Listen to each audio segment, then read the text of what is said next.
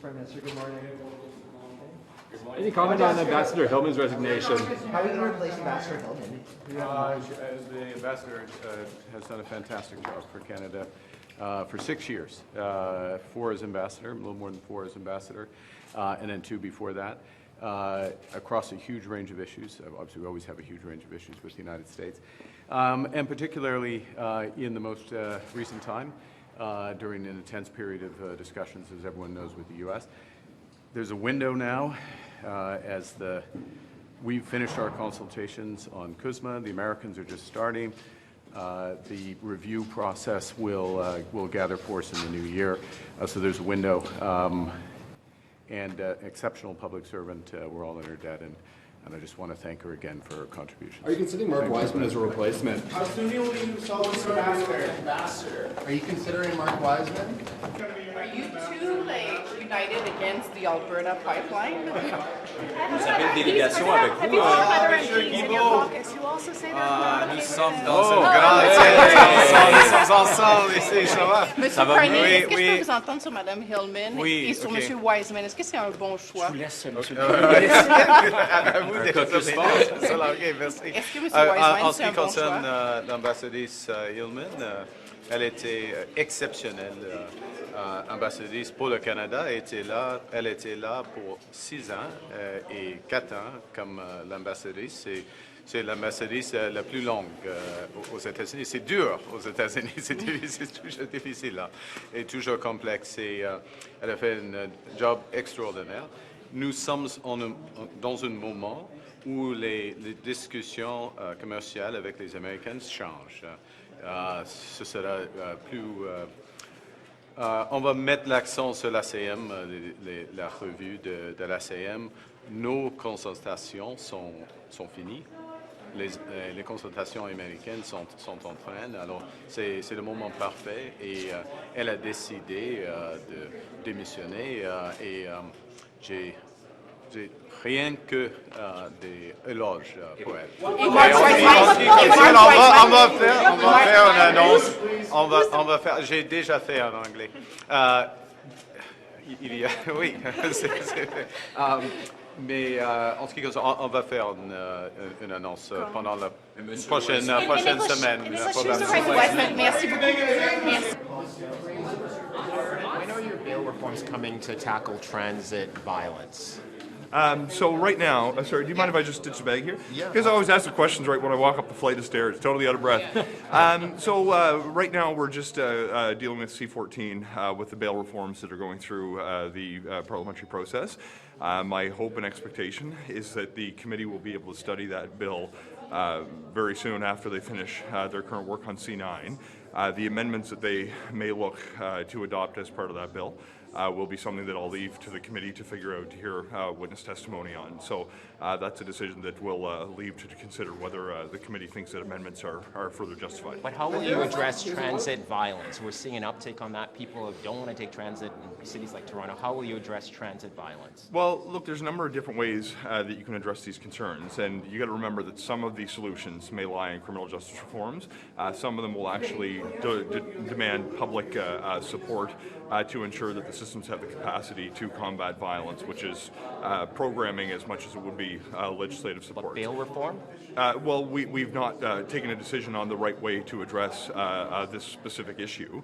However, I do see an opportunity potentially, if committee members think it would be appropriate, you could look at potential sentencing reforms, as we've done with first responders. You could look at different measures on bail reform, as we've done on a series of other issues. But that's a perfect opportunity for the parliamentary committee to actually hear expert testimony on the right way to address these problems. I'm not interested in just being seen to do something to attach some solution that's not going to have a positive impact. We actually want to hear from people who understand the problem and what solutions can be made. Have you begun any outreach to religious leaders and those who've expressed concern to you about adopting this block amendment? Yes, so over the last couple of days, our teams had significant engagement with different communities of faith who've expressed interest. I'm personally, over the next number of weeks, going to be engaging as well to make sure that we fully first understand the nature of the concerns being addressed, but we also have an opportunity to share our perspective as to what the block amendment would do, would not do. And these conversations continue to inform how things play out in the parliamentary process as we get back to report stage and obviously the Senate proceedings. What can you tell them to convince them?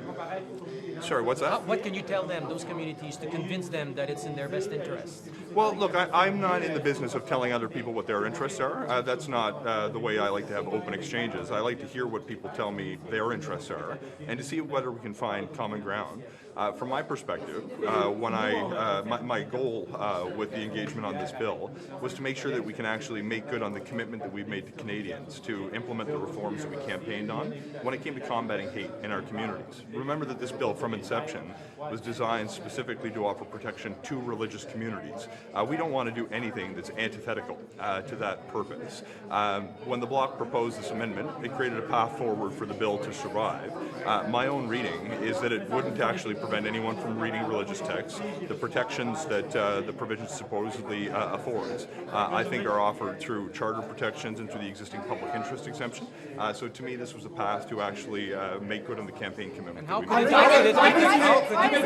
is there a clause in Bill C-16 that allows the CRA to give some tax records for police investigations? Well, we've dealt with law enforcement, and we can follow up in some more detail on this if you wish as well. But most of the reforms that you see that are of that nature actually come from recommendations from law enforcement who've said that there are certain tools that they could use when actually investigating or prosecuting crimes. When you see the opportunity to look at financial records when you're dealing with financial abuse that could potentially feed into arguments around coercive control, for example, or other financial crimes for that matter, it is somewhat helpful to make sure that you're listening to law enforcement. There are some other investigative tools that are included in Bill C-16 as well around the evidence, the regime around detaining evidence for the purpose of investigation. And if you want to explore it in a little bit more detail, we can follow up. Shouldn't that block amendment on C9 have been studied and the consultation, shouldn't that have taken place before it's put into the bill? Well, you know, it's an interesting question when you're dealing in a minority parliament setting, because obviously when you come forward with the initial version of the bill, which didn't include that exemption, we wanted to consult and did consult with different communities, including communities of faith, to understand their concerns. When you see an amendment that's being proposed by an opposition party at committee, that wasn't part of the intended policy from inception, so it wasn't part of that initial consultation. That said, at the committee, when asked during my own appearance a few months ago, Rael Fortin with the Bloc put the question to me, and I expressed an openness if committee members wanted to invite expert testimony to study the bill and have the majority of committee members make a recommendation. That process has unfolded.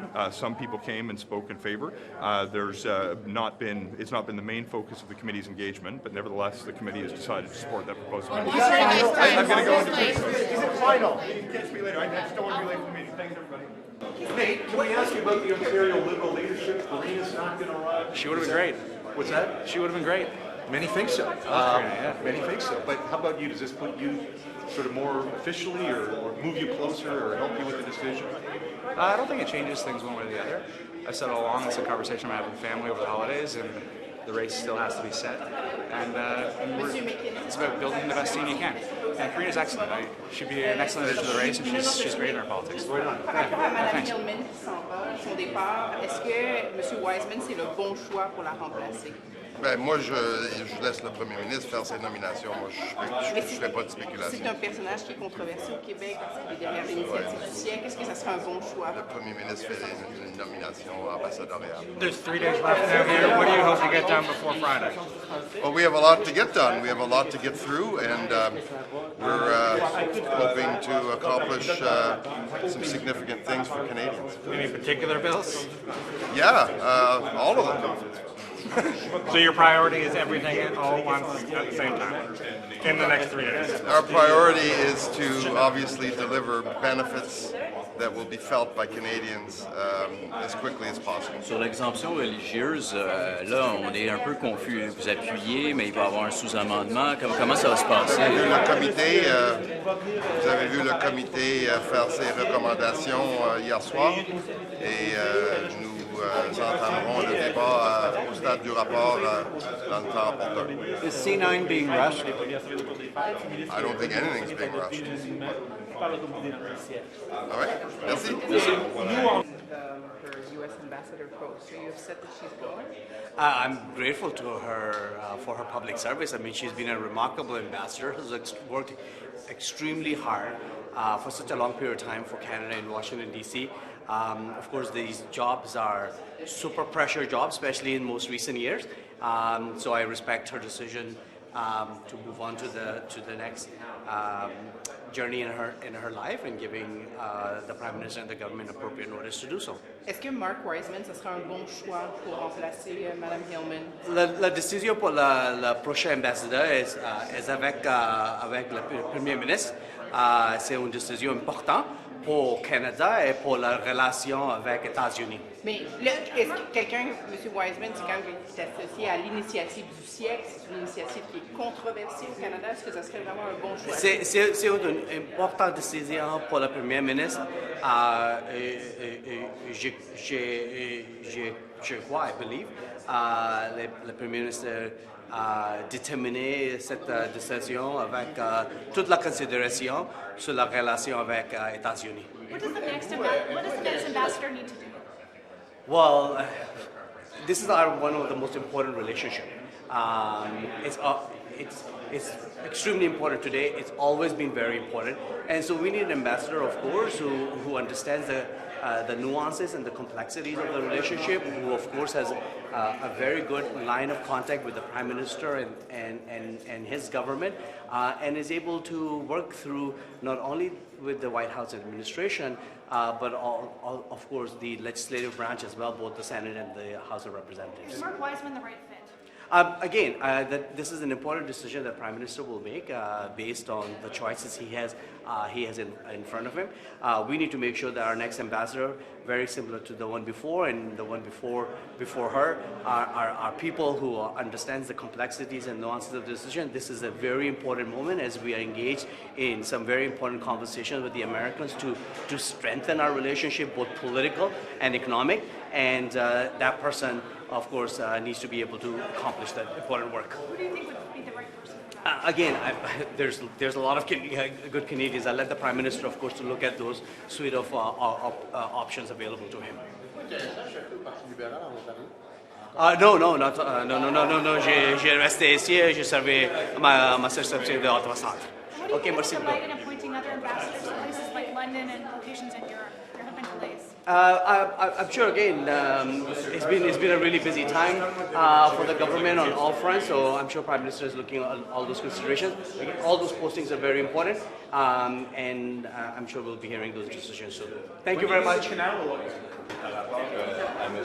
Wiseman, la décision de M. Carney, apparemment, ça va être lui qui va être le prochain ambassadeur aux États-Unis. Donc, est-ce que vous avez une opinion par rapport à ce choix? Non? Non, juste de remercier Mme Hillman pour ce service. C'est un temps exceptionnel, difficile, comme vous comprenez. Puis, j'ai pas eu la chance vraiment de faire beaucoup de recherches à propos de M. Wiseman, mais j'ai beaucoup de confiance dans le jugement du Premier ministre. Alors, j'ai pas beaucoup d'ajouter. C'est quelqu'un qui est dans la haute finance depuis longtemps, qui n'a pas vraiment d'expérience en diplomatie, plus que ça. Donc, qu'est-ce que vous... Ben, écoute, il y a la diplomatie officielle, puis il y a des expériences de la vie. Il y a beaucoup d'expériences de la vie lui-même qu'on peut dire d'expérience de diplomatie. Alors, ça ne m'inquiète pas. Puis M. Wiseman, c'est celui qui est en partie derrière l'initiative du Sixth Century Initiative, qui est relativement controversée au Québec aussi à cause des sites d'immigration, donc amener faire du Canada un pays de 100 millions d'habitants. Vous connaissez tout ça. Donc, non, ben... J'ai rien d'ajouté, vraiment. Par rapport à ça, comme vous avez dit, il y a un nouveau ambassadeur des États-Unis, et comme j'ai dit, j'ai beaucoup de confiance dans le jugement du Premier ministre. What I said was that I have full confidence in the Prime Minister's judgment. I don't know Mr. Wiseman personally. I don't have a great sense of what his career has involved to this date, but what I do know is that the Prime Minister understands very well the challenges that we are undertaking vis-a-vis our relationship with the United States, and any person that he taps on the shoulder to undertake this serious work of getting us to a better place in our trade relationship with the Americans than we are now is going to be someone with whom he has great confidence, and I have confidence in him. What does Canada's next ambassador to the U.S. need to do? Well, I mean, I think the obvious is that we just need to continue making progress. We rely very heavily on relationships with allies around the world. The relationship with the United States is of critical importance. There is lots of work that has been done, and certainly lots more work to be done. So I don't think it's any secret the way in which the challenges that we're facing in our relationship with the Americans is having an impact on our country. So any government official, be it an ambassador, a prime minister, a cabinet minister, officials, are going to have to continue to move towards a deal that is going to be good for both countries. Is your expectation that someone new might be able to get negotiations happening again on that relief for sectors hard hit before the Kuzma review? I think I would caution you to be careful about putting the pressure of a future trade agreement on the shoulders of one person. The ambassador plays a critical role. They're not the only person playing a role. It is Minister Leblanc, it's Minister Joly, it's Minister Anand, it's Prime Minister Carney, it's departmental officials, it's trade negotiators. This is not a one-person show. So to kind of try to create a narrative, and you're not doing that, maybe you are, I'm not sure, but to try to create a narrative that one single appointment is going to be the be-all, end-all of whether or not we find success in our trade relationship with the Americans, I think is a little bit of an overstretch. Mais est-ce que c'est un mauvais signal envoyé au Québec, étant donné que c'est M. Wiseman, c'est tellement un personnage controversé, est-ce qu'on devrait... Quelqu'un a posé question déjà, j'ai rien plus d'offrir parce que j'ai pas une connaissance de son histoire avec la province de Québec et j'ai pas vraiment une histoire que je comprends à propos de qu'est-ce qu'elle a fait avant d'être l'ambassadeur du Canada aux États-Unis. Comme j'ai dit, j'ai confiance dans le Premier ministre, son jugement, et j'imagine que M. Wiseman va faire un bon job pour nous. Merci. Merci. Merci. Sorry? Ms. Hillman's departure from the ambassador role in the new year, what do you think of that? Yeah, well, just learned about it. I mean, clearly she's been an amazing advocate, comes from a very skilled background in trade, of course. So I think it's going to leave a gap. Mark Wiseman is the person that is being reported as a likely front runner. What do you think of that individual in that position? Yeah, I really don't. I'm not familiar, so I'm not familiar enough to. Who do you need in that role right now? Well, you need someone with extraordinary diplomatic skills, which I think Ms. Hillman demonstrated, but also I think with a strong background in the business world and trade, international trade in particular, where of course in a very delicate time you need a highly skilled person. So I think she was the right person for the job as it happened with the challenges that we're facing, and I would hope to see someone with similar skills and background. And when you talk about a business background, why do you think that's important to Trump? Well, of course, I think it's recognition, the ability to someone who can bring credibility, who can bring a presence. But also who is very capable of working in direct coordination with senior ministers and the Prime Minister. Thank you. Yeah, thanks very much.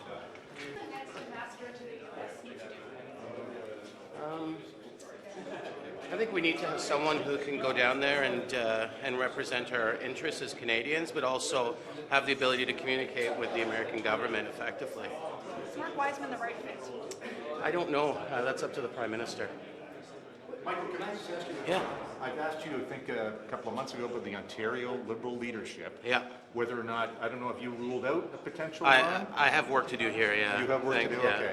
okay. And Karina's not going to run. Yeah. Maybe Yvan There's does, a few names floating around. There's a gentleman in my old riding who represents Ajax now, Rob Serjanik, who's running. of course, Nate. He may run. Yeah. So I think there'll be a lot of good people coming forward, and that's what you want in a race. A bunch of people with good ideas coming forward and allow the membership to really decide. Cool. Is crime, a transit crime, an issue you're hearing a lot about in your writing? Yeah, I just did a town hall on crime.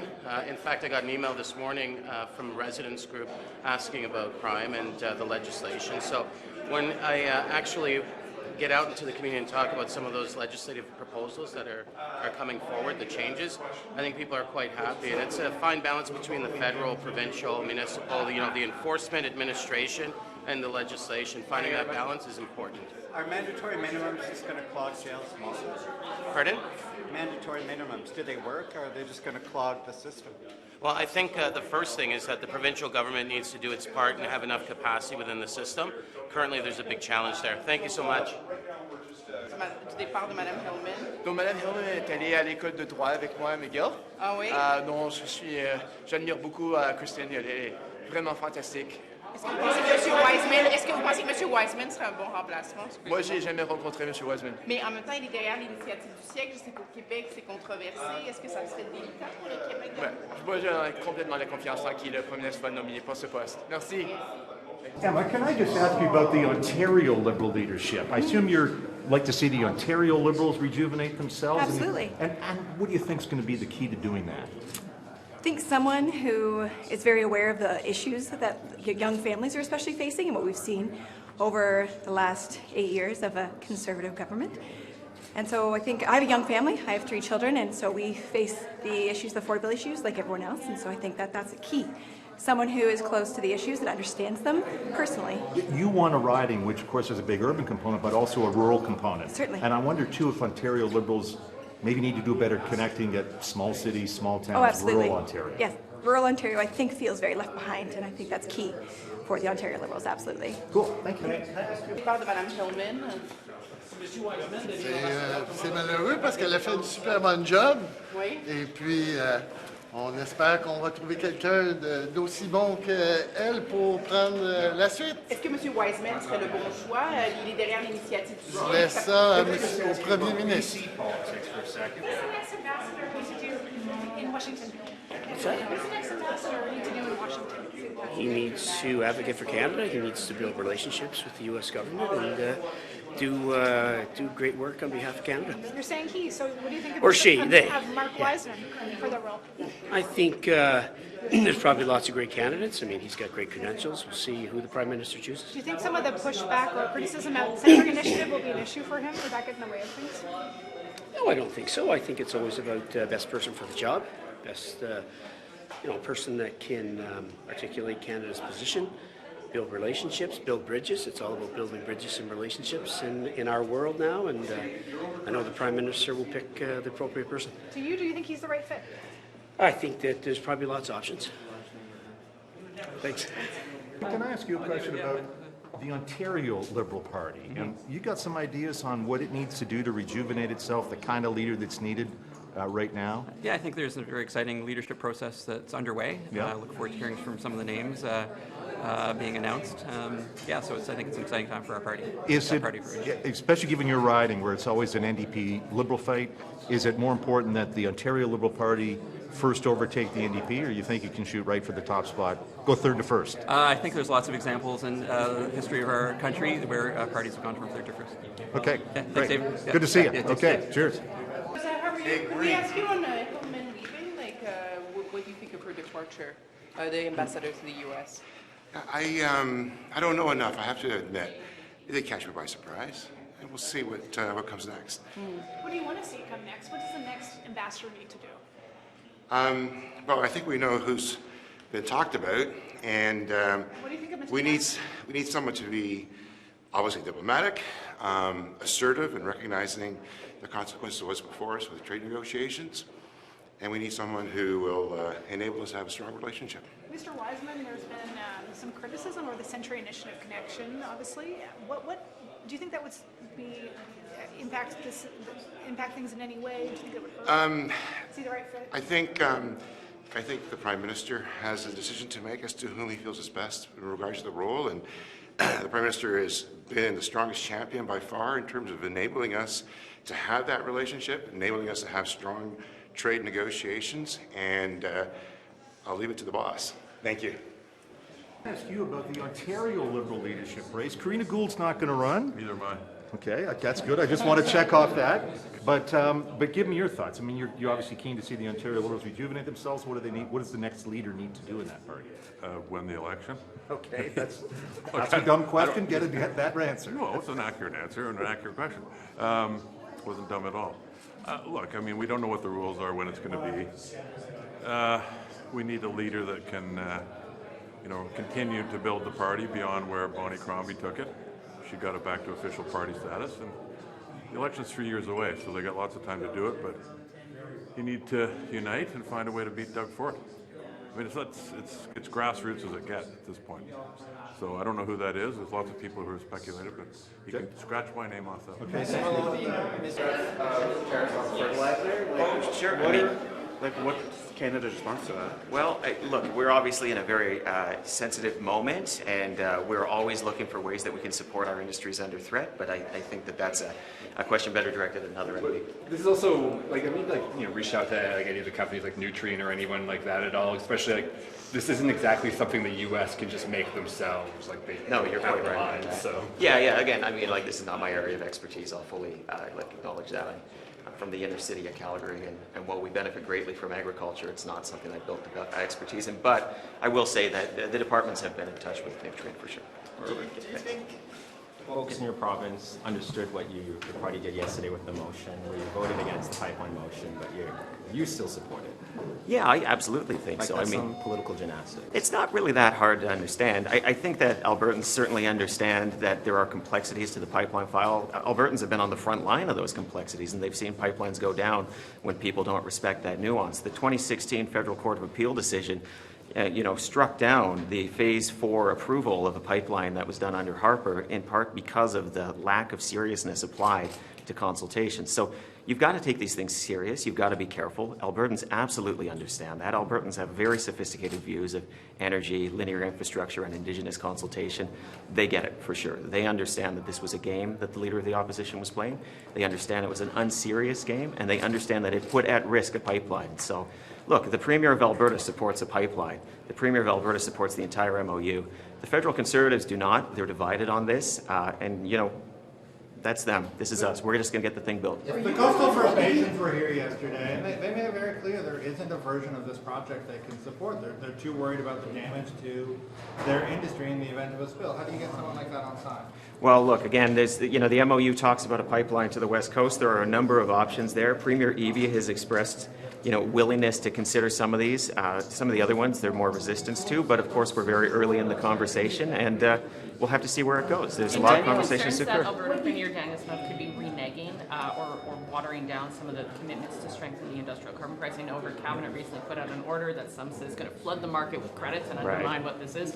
Would you have any concerns about that move?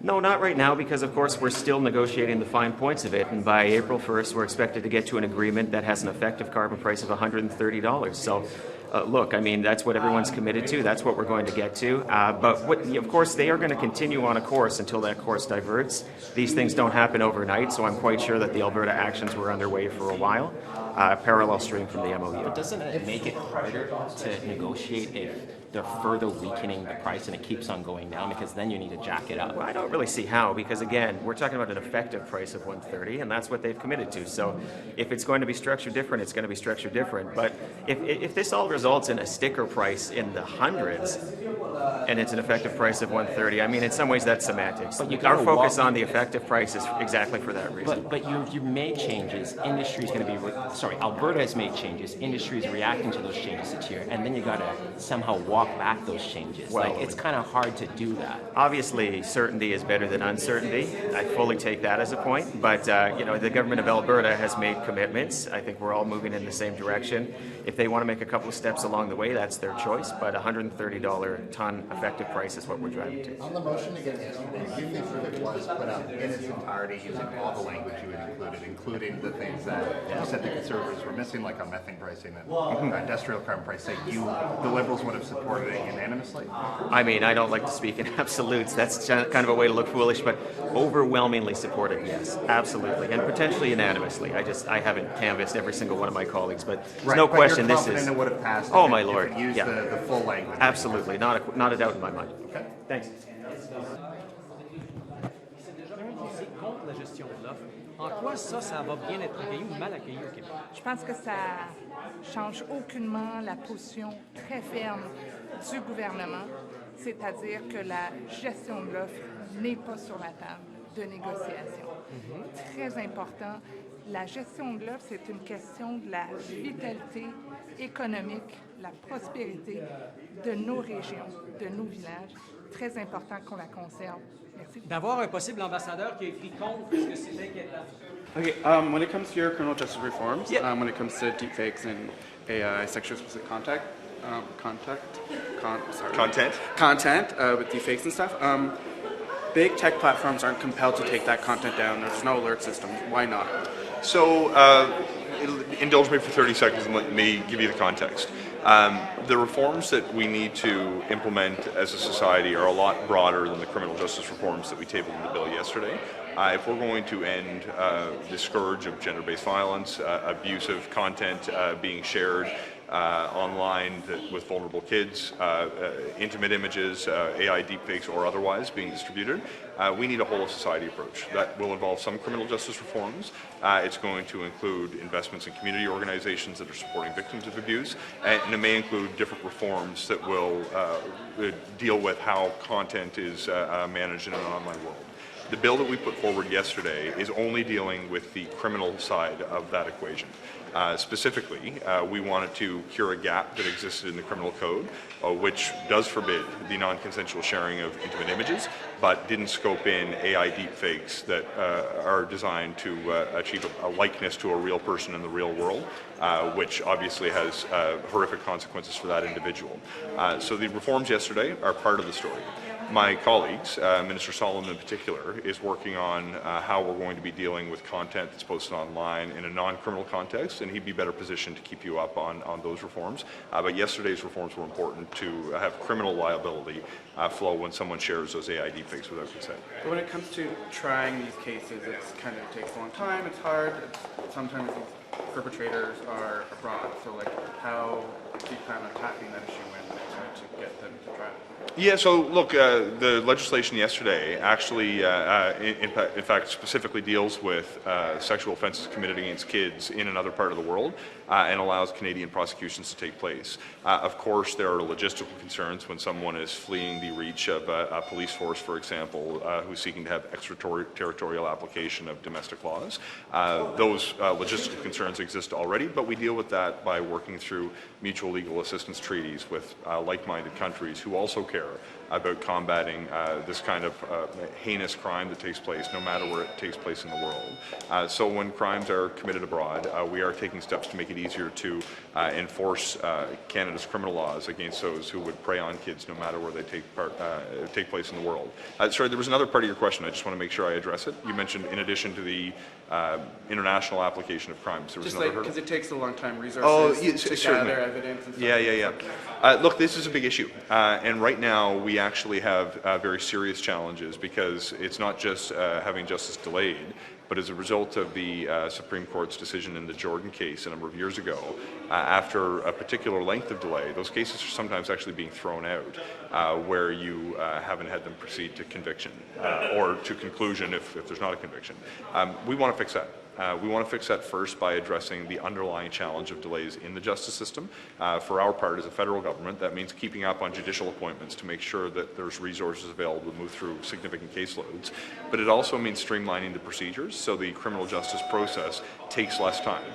We've also worked with law enforcement and included some reforms in this bill. We'll be looking at more next year under what's known as Section 490 of the Criminal Code, which has to deal with the detention of digital evidence, which is going to make it easier in a changing world with modern technology for law enforcement to actually detain the evidence they need to complete an investigation. I've heard in my engagement with law enforcement that in some instances they're actually delaying laying charges because they know it takes a significant period of time and there are procedural concerns that they have. So we're trying to remedy those procedural concerns, but we're also trying to direct the courts to look for remedies other than a stay of proceedings to ensure that we actually have the ability to bring criminals to justice if in fact a conviction is warranted in a given case. Minister Fraser, do you think you need to work more closely with the opposition in the new year to get their support? Will that be your New Year's resolution? Well, look, I've been engaging significantly with opposition colleagues with different parties. I've had a significant number of phone calls, not just with my critics, with the Conservative, the Bloc, the NDP, Elizabeth May, members of my own caucus, but also individuals who've got private members' bills. We worked extensively, for example, with Frank Caputo on his bill to ensure that we could move forward in a way that will have our respective bills complement one another, to address very real concerns we've had from national stakeholder engagements. We've got almost 24 private members' bills or Senate bills on the Justice portfolio. There's been extensive engagement with my team, with me personally, to ensure that we have open communications.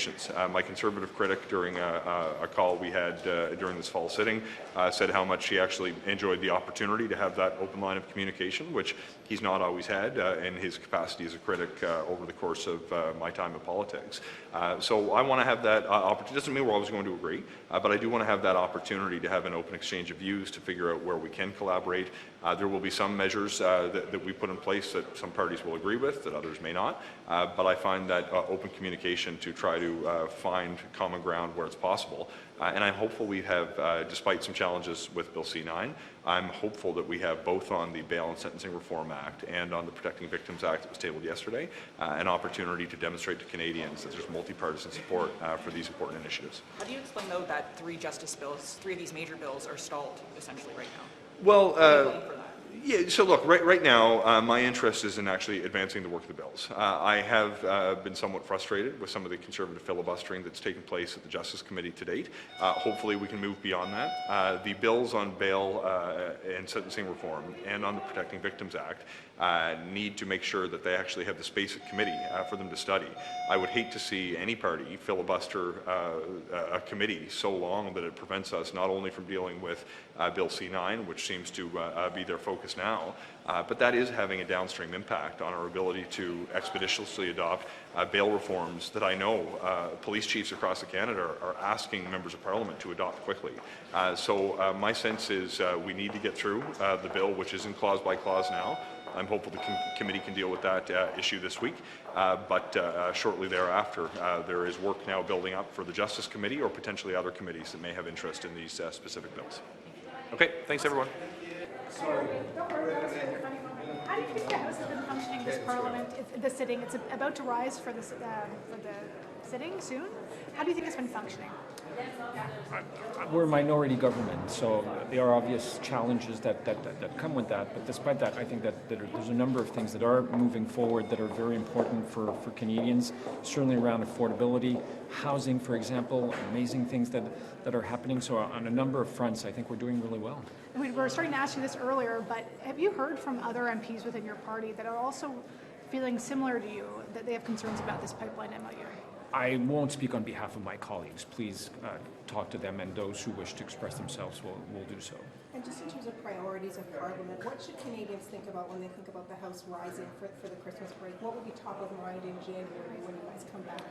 I think clearly issues of affordability continue to be top of mind for Canadians, and that's certainly something that our government is very seized with. Issues of security as well. We know that for many communities across the country, it is an issue. The trade war with the United States, unfortunately, not a problem not solved, and will continue to be something that our government is seized with, but also I think Canadians. And obviously, it's not top of mind for Canadians right now, but environmental issues continue to be a priority for about 18-20% of the population. It continues to be the number one issue. So I think we have to make sure that we're on our front foot on that. At the beginning of this sitting of Parliament, the Conservative leader had said they were going to cooperate with the Liberals on trade and other issues. Have you seen signs of that? Unfortunately, very little. The Conservatives seem to be more focused on unblocking and trying to prevent progress on a number of issues rather than cooperate. And we've seen cooperation with pretty much all of the other parties on a number of different issues, whether it's Elizabeth May from the Greens, the NDP, the Bloc Québécois, and a number of things, but the Conservative Party of Canada and Pierre Poilievre haven't been very cooperative, unfortunately. And what does that mean for bills? Well, it obviously means that bills that are important to Canadians, are important to this government, aren't moving at the speed that they should so that we can help to deliver for Canadians. Thank you. Mr. MacKinnon, can we ask you about this session of Parliament wrapping soon? What are the priorities when you guys come back in January? Well, we obviously continue to look for ways to make life more affordable for Canadians and grow our economy. Those are our key priorities, as well as keeping communities safe. We have an amazingly robust crime agenda, and we're certainly hoping the Conservatives will get their boot off of the neck of some things that our police forces and others are looking for to deal with things like child pornography, extortion. What do you mean by that? When you say the Conservatives, Well, they've been systematically holding up a number of bills, C2 most notably, and we have others. As you saw, the Minister of Justice tabled another bill yesterday. So our crime agenda is a very full one, and we're looking for some cooperation to help move that along. One of the first things the Prime Minister did was he signed something that canceled the carbon tax, but also the middle class tax cut. And I know that that's been in effect, but it's officially not law yet. And Correct. Months have been by. Why is that? It's an amazing thing. The Conservatives have been talking it out every time we bring it up in the House. It's been debated, I don't know the exact number of days, but a substantial number of days, both in the spring and now. So we're certainly hoping they will get out of the way of cutting taxes for Canadians. And overall, when you look back on this session, do you feel enough has been done? Like that you managed to accomplish enough in this session? We've accomplished an incredible amount. We've tabled a very historic budget, accompanied by legislation to implement it. We've cut taxes for Canadians. We've tried to make life more affordable, tried to keep our streets safer. We've made a lot of progress on a lot of bills. We'd like to get a few of them over the finish line. That's going to require the opposition collaborating with us by frankly stopping the delay tactics. There have been complaints that you haven't been making enough concessions when it comes to trying to get partners on some of these things to get it through. What would you say in response to that? What I would say is we engage, ministers engage, you see committee hearings.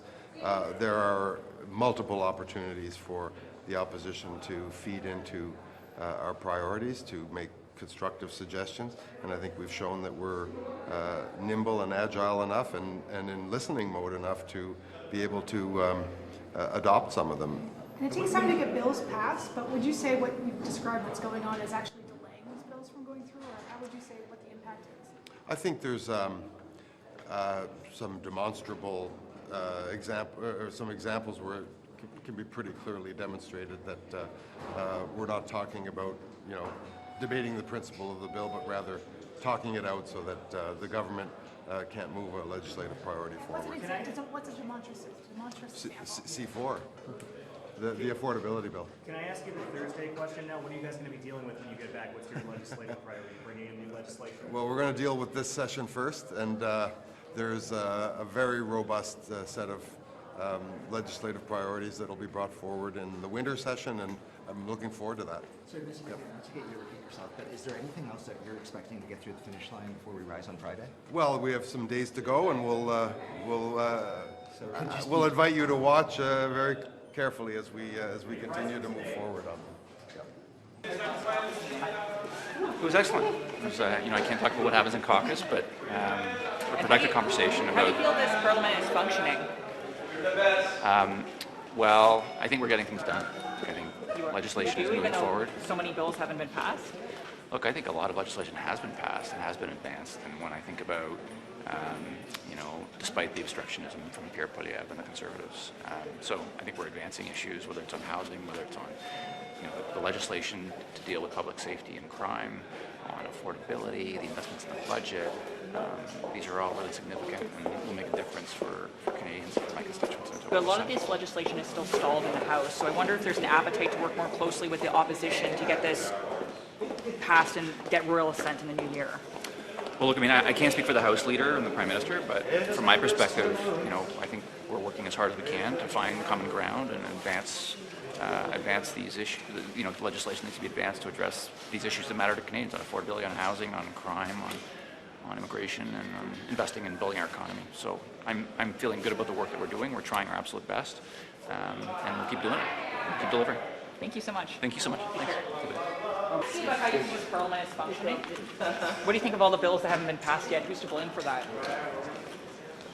I mean, I think obviously Parliament functions when all parties work together and do good work on behalf of Canadians. And I think that we've accomplished a lot. I think that our government's agenda has been very clear.